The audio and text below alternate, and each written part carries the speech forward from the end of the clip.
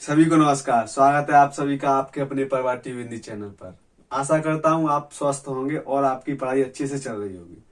हमने वहीं पे देखा था, पिछली वीडियो में आपका चल रहा था संधि टॉपिक। संधि में हमने देख लिया था स्वर, आपका स्वर संधि पूरा कंप्लीट हो गया था। स्वर संधि में हमने देखे थे 5 भेद। सबसे पहले देखा था हमने दीर्घ स्वर संधि, फिर देखा था हमने गुण स्वर संधि, और तीसरा देखा था हमने वृद्धि, यड़, अयादि स्वर संधि। आज हम देखेंगे संधि का दूसरा भाग, व्यंजन संधि। अब हम देखेंगे कि व्यंजन संधि का निर्माण कैसे होता था। तो हमने देखा था कि जब हम वर्णों को कितने तरीके से मिला सकते थे, वर्णों को हमने 6 तरीके से मिलाया था। जैसे मान के चलिए संधि होती कहां पे, पहले ये समझे। तो ये मान के चलिए प्रथम पद, और ये आपका क्या है, ये आपका उत्तर पद, या इसको हम बोल देते हैं द्वितीय पद। अब संधि कहां पे होती है, प्रथम पद के अंतिम वर्ण में और उत्तर पद के प्रथम वर्ण में। जहां पे जब 2 वर्ण मिलते हैं और विकार उत्पन्न होता है, उसको हम क्या बोल देते थे, संधि बोल देते थे। अब प्रथम पद का अंतिम वर्ण क्या हो सकता था, स्वर भी हो सकता था, और वहीं उत्तर पद का प्रथम वर्ण क्या हो सकता था, स्वर भी हो सकता था। अर्थात अंतिम पद भी क्या हो सकता था, स्वर, और इसका उत्तर पद का भी प्रथम वर्ण क्या हो सकता था, स्वर। एक कंडीशन हमने ये देखा था। दूसरा हमने क्या देखा था, मान के चलिए प्रथम पद का अंतिम वर्ण तो स्वर हो, लेकिन उत्तर पद का प्रथम वर्ण क्या हो, आपका व्यंजन हो। दूसरा तरीका आप ये देख सकते थे। तीसरा क्या हो सकता था, मान के चलिए प्रथम पद का अंतिम वर्ण क्या हो, आपका व्यंजन हो, व्यंजन हो, और उत्तर पद का जो आपका प्रथम वर्ण हो वो आपका स्वर हो।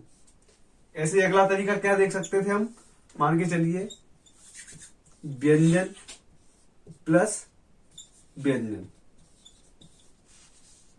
और नेक्स्ट तरीका क्या था हमारा, मान के चलिए प्रथम पद का जो अंतिम वर्ण था वो आपका विसर्ग हो, विसर्ग हो, और उत्तर पद का प्रथम वर्ण आपका क्या हो, स्वर हो।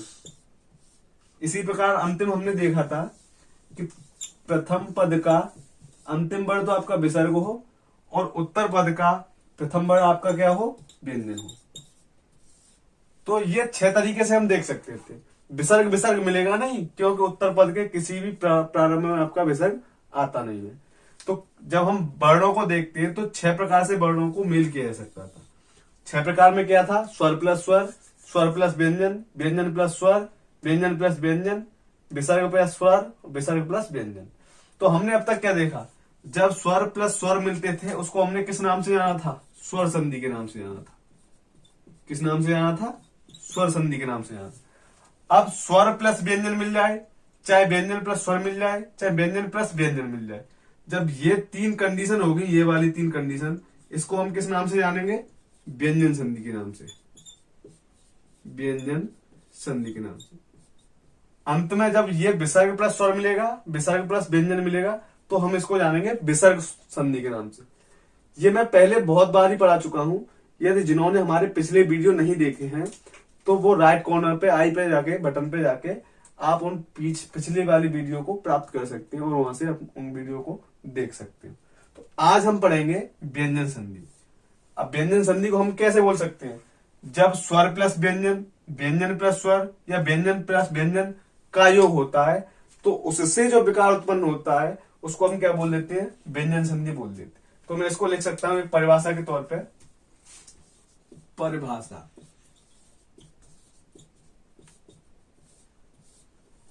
जब स्वर के बाद व्यंजन, स्वर के बाद व्यंजन, कॉमा लगा लें, व्यंजन के बाद स्वर, व्यंजन के बाद स्वर, या व्यंजन के बाद व्यंजन, व्यंजन के बाद व्यंजन का मेल हो, का मेल हो, तो उससे जो विकार उत्पन्न होता है, जो विकार उत्पन्न होता है उसे व्यंजन संधि कहते हैं, उसे व्यंजन संधि कहते हैं।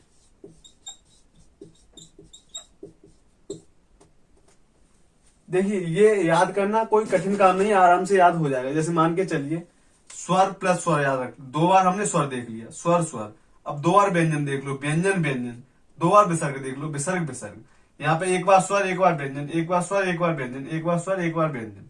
कोई कठिन काम नहीं है, आराम से याद हो जाएगा, एक बार याद करने का प्रयास कर लें।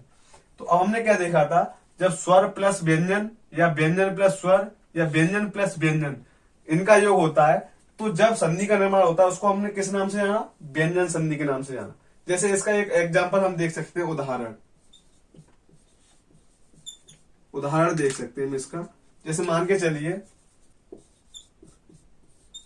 जगत गुरु।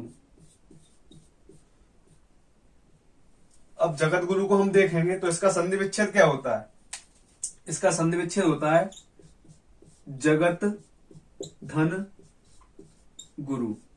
हम आगे देखेंगे कि आपका जब सगोस का नियम होता है व्यंजन संधि में, तो जब किसी वर्ग का प्रथम वर्ण और उसके बाद अगर कोई सगोस वर्ण आता है तो प्रथम वर्ण अपने उसी वर्ग के तीसरे वर्ण में आदेश हो जाता है। तो इसका ता वर्ग का तीसरा वर्ण क्या होता है, हमारा होता है द आदेश हो जाएगा। अब आगे क्या चल रहा है आपका चल रहा है जगत, क्या हो जाएगा जग, और पीछे क्या है आपका गुरु, तो क्या हो जाएगा मिलके ये जगद गुरु। क्योंकि ये दा हलचिन सहित है, अब कोई स्वर मिल नहीं पाएगा तो ये हलचिन सहित ही रहेगा।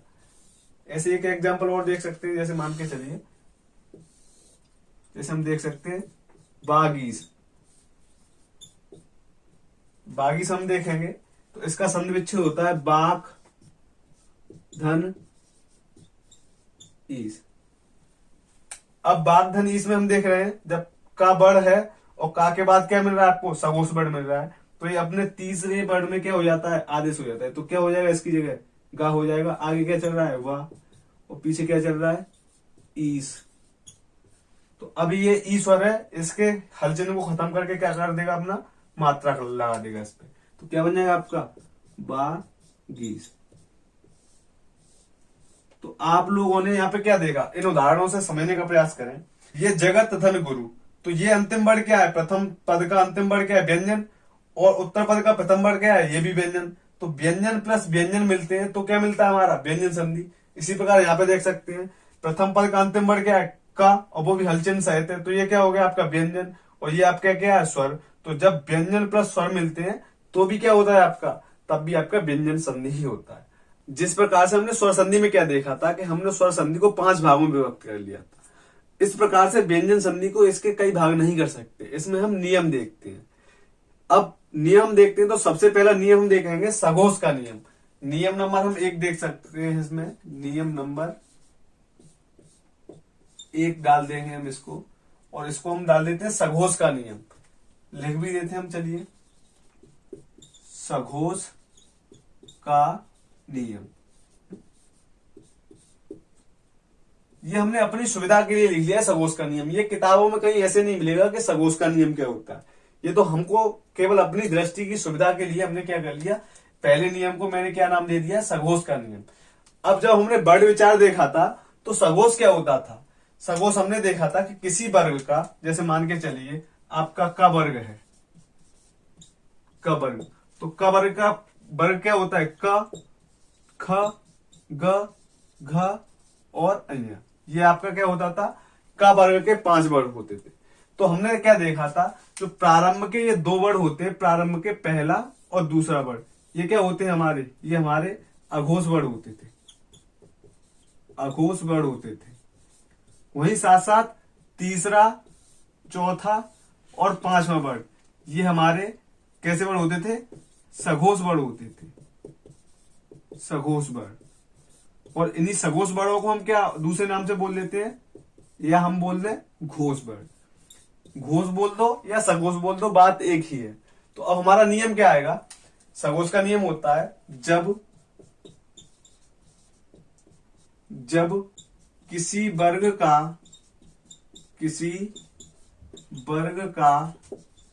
वर्ग के प्रथम वर्ड के बाद सघोष वर्ण आए, सघोष वर्ण आए। अब सघोष वर्ण में क्या क्या होता है? सघोष वर्ण में तीसरा, चौथा, पांचवा वर्ण हम समझ सकते हैं। कौन सा? तीसरा, चौथा, पांचवा वर्ण। और इसके अलावा क्या होते हैं सघोष? अंतस्थ व्यंजन, य, र, ल, व, और एक आपका ऊष्म होता है हा। और सभी स्वर ये हमारे क्या होते हैं? ये सब के सब हमारे होते हैं, आपके सघोष वर्ण होते हैं। जब किसी वर्ग के प्रथम वर्ण के बाद सघोष वर्ण आए, तो हमारे सघोष वर्ण कौन कौन से होते हैं? किसी वर्ग का तीसरा, चौथा, पांचवा वर्ण, और य, र, ल, व, अंतस्थ, एक ऊष्म ह, और सभी स्वर हमारे कितने थे? 11, ऐसे करके। अब लेकिन इसमें क्या? पांचवा वर्ण छोड़कर। कौन सा वर्ण छोड़ के? पांचवा वर्ण छोड़कर। किसी भी वर्ग का जो पांचवा वर्ण होता है उसे छोड़कर। तो मैं लिख दे रहा हूं अपवाद के स्वरूप, पांचवा वर्ण छोड़कर, पांचवा वर्ण छोड़कर। तो जब किसी वर्ग के प्रथम वर्ण के बाद सघोष वर्ण आए, सघोष वर्ण हमारे ये होते हैं, लेकिन ये पांचवा वर्ण छोड़कर, तब वह प्रथम वर्ण अपने ही वर्ग के तीसरे वर्ण में आदेश हो जाता है। हम एक एग्जाम्पल के जरिए समझ सकते हैं। पहले एक एग्जाम्पल देखते हैं, उदाहरण। जैसे एक एग्जाम्पल है सदाचार। जब हम इसका संधि विच्छेद करते हैं तो इसका बनता है सत धन आचार। सतधन आचार। अब हम क्या देख रहे हैं? ये क्या है आपका? अब संधि कहां पे होती है? प्रथम पद के अंतिम वर्ण में और द्वितीय पद के प्रथम वर्ण में। तो अब संधि हमारी कहां पे होगी? यहां पे संधि होगी। अब ता वर्ग कैसा है आपका? ता वर्ग किसी वर्ग का प्रथम ही वर्ण है जो त वर्ग से ही संबंधित है। और उसके बाद आपका क्या आ रहा है? आ रहा है। आ आपका क्या है? एक स्वर है और स्वर कैसा माना जाता है? सघोष। अर्थात किसी वर्ग के प्रथम वर्ण के बाद क्या मिल रहा है आपको? सघोष मिल रहा है। तो अब ये प्रथम वर्ण क्या हो जाएगा? अपने ही वर्ग के तीसरे में आदेश हो जाता है। तो ता वर्ग का तीसरा वर्ण होता है आपका द। अब ये हलचिन सहित है, तो इसे भी मैं कैसे लिखूंगा? हलचिन सहित। आगे क्या चल रहा है आपका? स। अब पीछे क्या है आपका? आ और धन चार, क्योंकि संधि मुझे केवल इसी वर्ण में देखना होता है, आगे वाले में। तो अब क्या हो जाएगा? ये वाला आ इसके हलचिन को खत्म करके क्या कर देगा? अपना मात्रा का प्रयोग कर देगा। तो क्या बन जाएगा? सदाचार। हमने नियम क्या पढ़ा? जब किसी वर्ग के प्रथम वर्ण के बाद वर्ग का ता कौन सा है? प्रथम वर्ण है, सघोष वर्ण आए, और आ क्या है? ये सघोष वर्ण भी है। लेकिन अपवाद में क्या है? पांचवा वर्ण छोड़कर, पांचवा वर्ण नहीं देखना है हमको। तब वह प्रथम वर्ण ता अपने ही वर्ग के तीसरे वर्ण में आदेश हो जाता है। तो हमारा कौन सा, ये आपका कौन सा नियम है? आपका सघोष का नियम। एक एग्जांपल और समझ सकते हैं हम इसका, जैसे बागी से आपका एक एग्जांपल, बागीस। अब हम इसको देख सकते हैं, तो इसका संधि विच्छेद क्या होता है? बाग धन ईस, ये इसका संधि विच्छेद होता है। अब ये का वर्ग का प्रथम वर्ण है का, और ई क्या है आपका? स्वर। तो अब ये सघोष मान के चलेंगे हम। तो का किस में आदेश हो जाता है? अपने तीसरे वर्ण मतलब गा में। ये हलचन सहित है, तो मैंने इसे भी हलचन सहित लिख दिया। आगे क्या चल रहा है? वा, पीछे क्या आपका? ई और धन स। तो क्या हो जाएगा? ये ई इसके हलचन को खत्म कर देगा, तो क्या बना देगा? बागीस। अब हम इसके कुछ अन्य उदाहरण देख सकते हैं। जैसे मान के चलिए, यहां पे लिखता हूं मैं, जैसे जैसे भगवत गीता, भगवत गीता, भगवत भक्ति, भगवत भक्ति। और मान लीजिए जैसे अब्ज, और मिल सकता है ऐसे बागजाल, बागजाल। और मिल सकता है जैसे बागदान, बागदान। और जैसे जगदीश, जगदीश मिल जाएगा आपको। और मिल जाएगा जैसे सदवंश,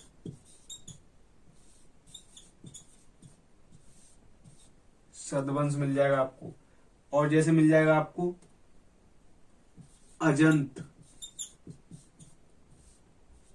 ये सब के सब उदाहरण आपके सघोष नियम के उदाहरण हैं। जैसे मान के चलिए मैं इसका हर एक का सन्निवेशन करके बताता हूं।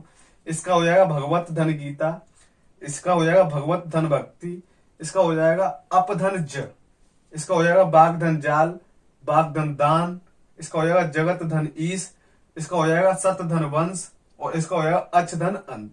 हमने सघोष के नियम में क्या देखा था? हमने सघोष के नियम में देखा था कि जब कोई प्रथम वर्ण के बाद कौन सा वर्ण आ जाए, तीसरा आ जाए, चौथा आ जाए, पांचवा वर्ण आ जाए, और य, र, ल, व और ऊष्म व्यंजन ह और सभी स्वर आए। तो हमने क्या देखा था कि ये पहला वर्ण किस में आदेश हो जाता था? अपने ही वर्ग के तीसरे वर्ण में आदेश हो जाता था। और हमने अपवाद में देखा था कि पांचवा वर्ण छोड़कर पांचवा वर्ण नहीं आना चाहिए। अब मान के चलिए पांचवा ही वर्ण आ गया, तब क्या कर सकते हैं? तो इसके लिए एक दूसरा नियम है, नियम नंबर 2 डाल देते हैं हम इसको। तो अब क्या है, यदि वर्ग के प्रथम वर्ण के बाद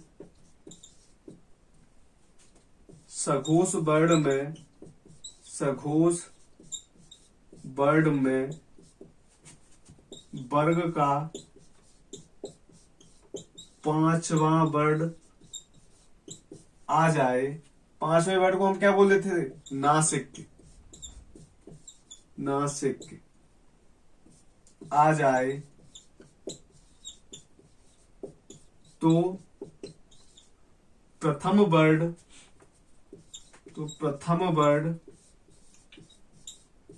अपने ही वर्ग के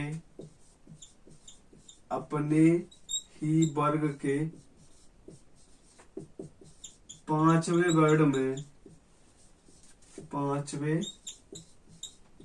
वर्ण में आदेश हो जाता है।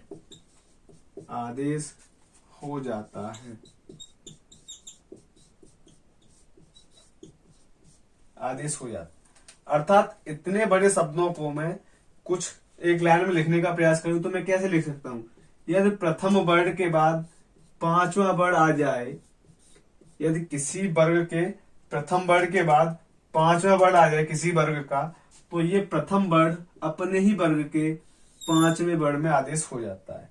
अगर इतनी बात को अगर इस तरीके से आप समझ पा रहे हैं तो आप आगे आने वाले जो नियम है ना उनको आसानी से समझ सकते हैं, मेरी भाषा को समझ सकते हैं। अब हम इसके कुछ एग्जाम्पल देख सकते हैं। जैसे मान के चलिए मैं इसका यहाँ पे एग्जाम्पल दे रहा हूं, उदाहरण जैसे मान के चलिए सन्नारी, एक उदाहरण है आपका सन्नारी। अब सन्नारी को हम संधि विच्छेद करते हैं तो क्या बनता है आपका? सत धन नारी।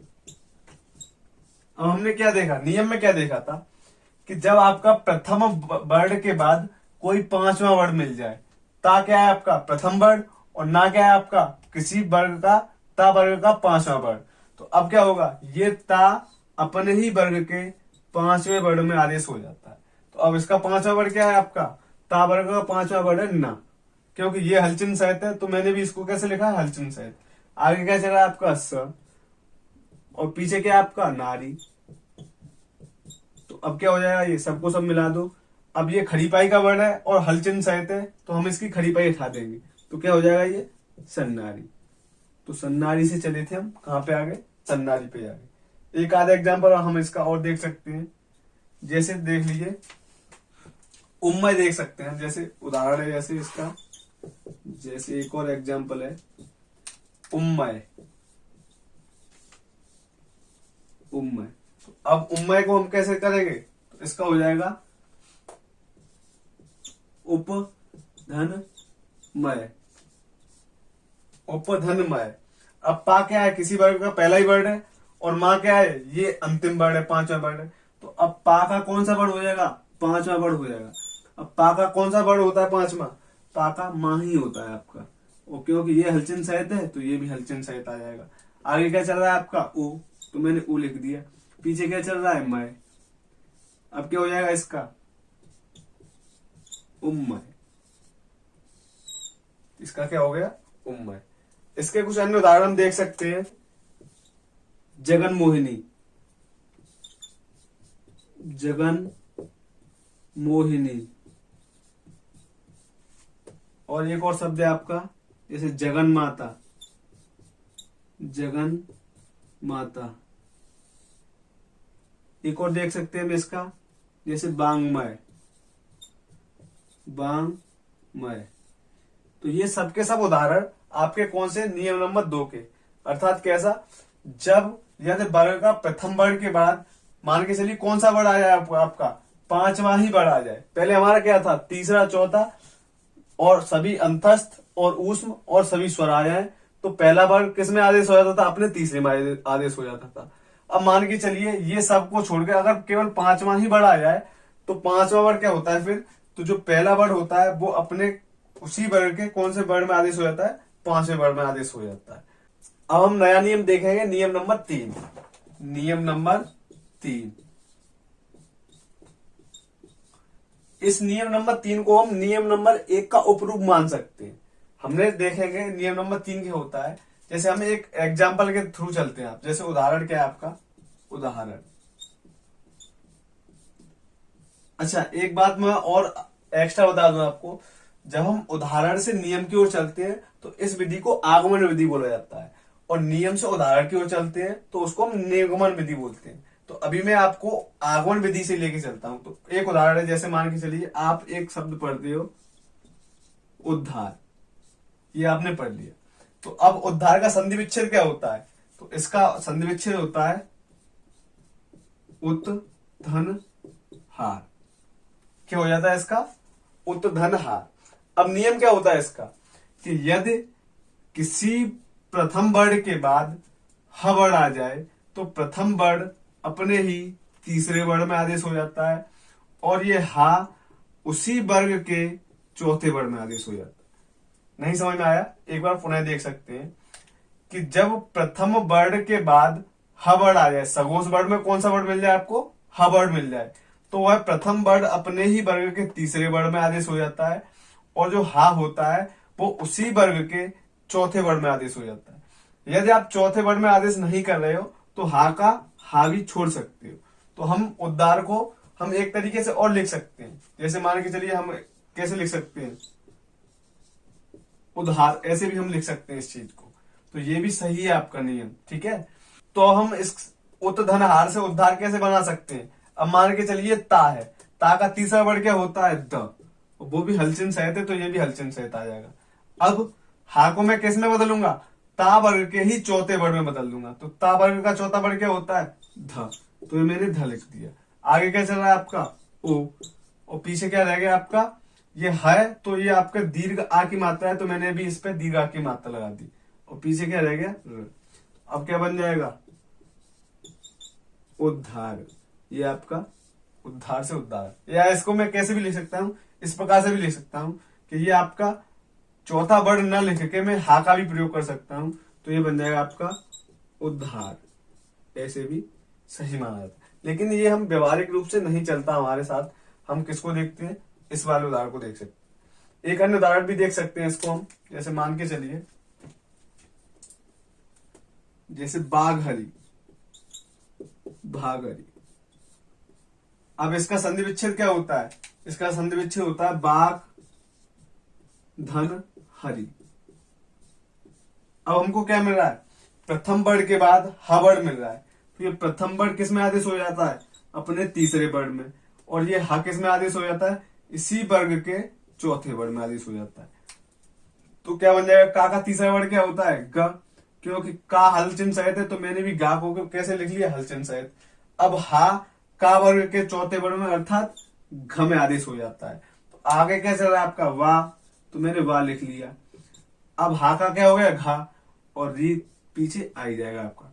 तो अब क्या हो जाएगा? बाघरी।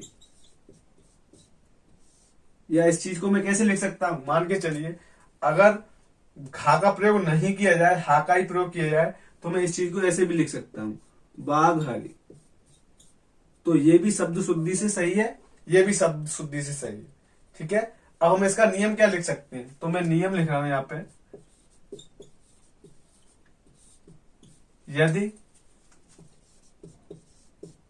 यदि प्रथम वर्ण के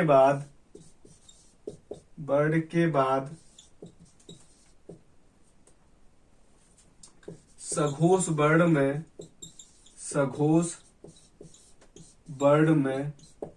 कौन सा वर्ण आ जाए आपका? ह वर्ण आ जाए, ह वर्ण आ जाए, तब प्रथम वर्ण अपने ही वर्ग के तीसरे वर्ण में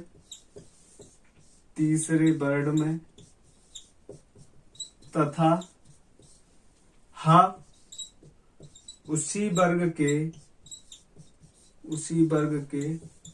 चौथे वर्ण में आदेश हो जाता है।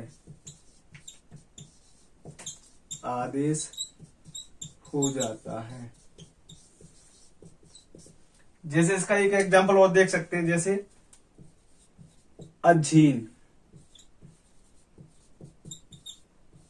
अजीन को मैं इस तरीके से और लिख सकता हूं, जैसे अजीन। अब इसका संधि विच्छेद कैसे हो सकता है? तो इसका संधि विच्छेद होता है अच घन हीन। अच माने होता है स्वर, एक तरीके से जिसमें स्वर नहीं होता है, स्वर विहीन होता है, उसको हम क्या बोल देते हैं? अजीन बोल देते हैं। तो अब हम क्या देख रहे हैं?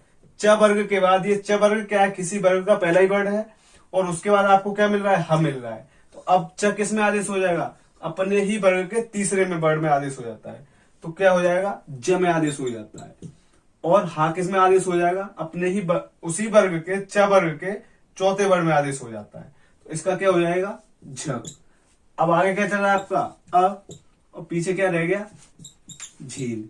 तो मैंने ये लिख दिया, पूरा मिलाऊंगा तो क्या बन जाएगा आपका? ये अझील। इस प्रकार से हमने क्या देखा? नियम नंबर 3 को हम किस प्रकार से डिफाइन कर सकते थे? यदि किसी वर्ग का प्रथम वर्ण के बाद सघोष वर्ण में कौन सा मिल जाए आपको? ह वर्ण मिल जाए, तो पहला वर्ण तो उसी वर्ग के तीसरे में आदेश हो जाता है, और ह वर्ण उसी वर्ग के चौथे वर्ण में आदेश हो जाता है। तो इस नियम को हमने किस नाम से जान लिया? नियम नंबर 3 से। यदि आपको ये वीडियो पसंद आ रहा है, उम्मीद करता हूं वीडियो पसंद आ ही रहा होगा, तो वीडियो को लाइक भी कर दें, शेयर भी कर दें, और चैनल पे नए हो तो चैनल को सब्सक्राइब भी कर लें। जिससे क्या होता है कि हमारी आगामी वीडियो होती है, उनका नोटिफिकेशन आपको समय से मिल जाता है। आज की वीडियो हमने क्या क्या देखा? आज की वीडियो हमने देखा था सघोष का नियम। यदि किसी प्रथम वर्ण के बाद आपको सघोष वर्ण मिल जाता है, तो पहला वर्ण उसी वर्ग के तीसरे वर्ण में आदेश हो जाता था। दूसरा हमने नियम क्या देखा था कि मान के चलिए सघोष वर्ण में नासिक व्यंजन मिल जाता है, पांचवा वर्ण मिलता है किसी प्रथम वर्ण के बाद, तो प्रथम वर्ण अपने ही वर्ग के पांचवें वर्ण में आदेश हो जाता था। वहीं साथ साथ हमने तीसरा नियम क्या देखा कि मान के चलिए प्रथम वर्ण के बाद सघोष वर्ण में आपको ह वर्ण मिलता है, तो प्रथम वर्ण अपने ही वर्ग के तीसरे वर्ण में, और वही हा वर्ण उसी वर्ग के चौथे वर्ण में आदेश हो जाता है। तो ये वाली प्रक्रिया हमने क्या देखा था? नियम नंबर 3 के अंतर्गत पढ़ लिया था। अब आगे के जो नियम है उनको हम अगली वीडियो में देखेंगे। तब तक के लिए अपना ख्याल रखें, स्वस्थ रहें, मस्त रहें और व्यस्त रहें। Thank you.